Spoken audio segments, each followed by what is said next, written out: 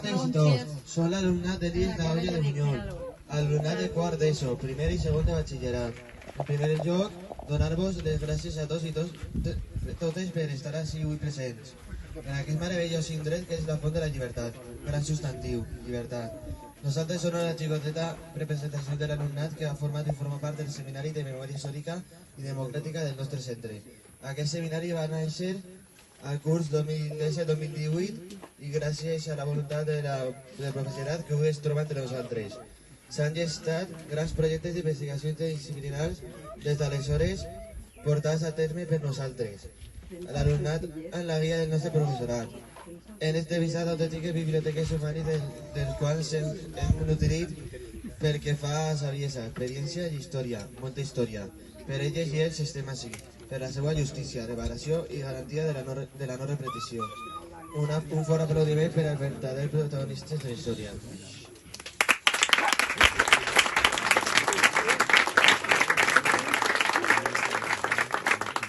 Un dels projectes últim confeccionat va ser la creació d'una ruta intercomarcal de memòria històrica i democràtica, el qual ha tingut una gran repercussió. Aquest projecte va ser presentat a l'octubre de 2020 a Diputació i va obtindre el primer premi. Des d'aleshores hem estat treballant en una doble vertent. D'una banda, la temàtica d'investigació que es proposa per curs i d'altra banda, en la geolocalització d'indrets que van tindre especial rellevància durant la Segona República, la Guerra Civil i la postguerra. Les investigacions per part del professorat del nostre centre, portades a terme a França, així com en Alemanya, es van fer pensar en la possibilitat i la necessitat de visibilitzar una part de la història del nostre país que ha quedat totalment enfosquida. A Espanya, en general, se sap ben poc de camps de concentració, se sap poc de què va passar a partir del 36, i en general se sap ben poc de la nostra pròpia història. Trist, però cert. Nosaltres, els joves, tenim la veu de l'ara, perquè l'ara és el que més importa. I ara és hora de lluitar per la justícia, la reparació i la no repetició. La memòria històrica ha de ser un deure d'estat, que vaya més enllà d'estigmatitzacions i prejudicis. La memòria és història, i s'ha de veure perquè el que no es veu no es recorda, i el que no es recorda cau en la ignomínia de l'oblit.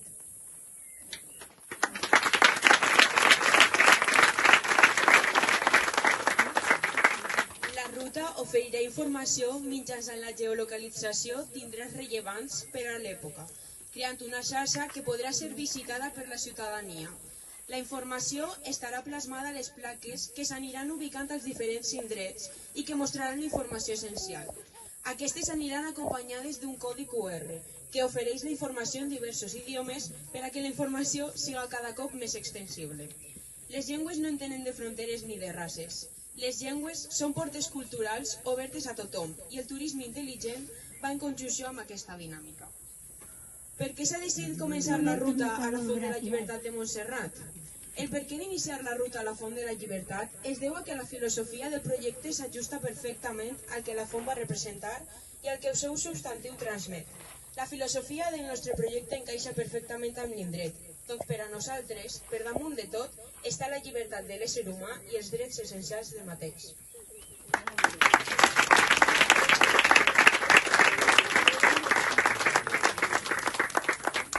La font va ser creada al 1931.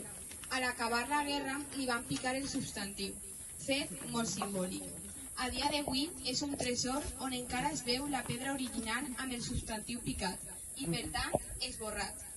Un tresor viu, d'on brolla aigua, l'únic element capaç de travessar fins les pròpies pedres.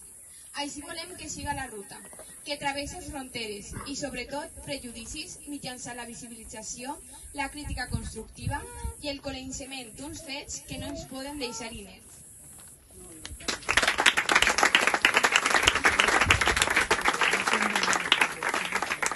El cantant Paco Muñoz va retre homenatge a l'indret al 1978, 5 anys després de l'hagués conegut, mitjançant la composició musical d'una cançó anomenada La Font. Vam tenir la sort de conèixer i entrevistar a Paco Muñoz al gener de 2022, qui també es troba entre nosaltres i al qual ens agradaria oferir el més dels grans agraïments. Gràcies, Paco, per obrir les portes de ta casa al gener de 2022 i per descobrir-nos una miqueta més aquest meravellós indret. Un fort aplaudiment per a Paco, per favor.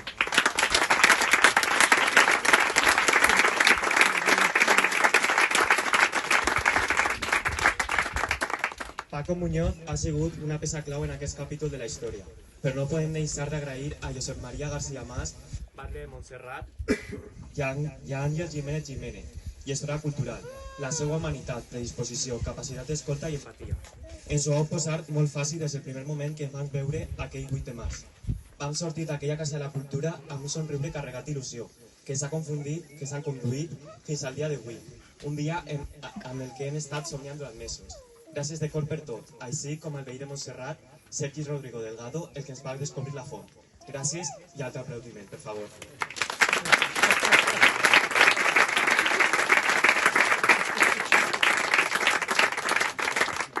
Per últim, remarcar que per a nosaltres, l'alumnat, la participació en aquest i altres projectes de memòria històrica ens fa evolucionar, no tan sols a nivell acadèmic, sinó molt millor, a nivell personal.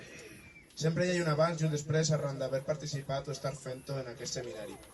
Sabem que la informació ben donada és la millor garantia de no caure en la repetició, d'accions que un dia van llançar el concepte d'humanitat al menys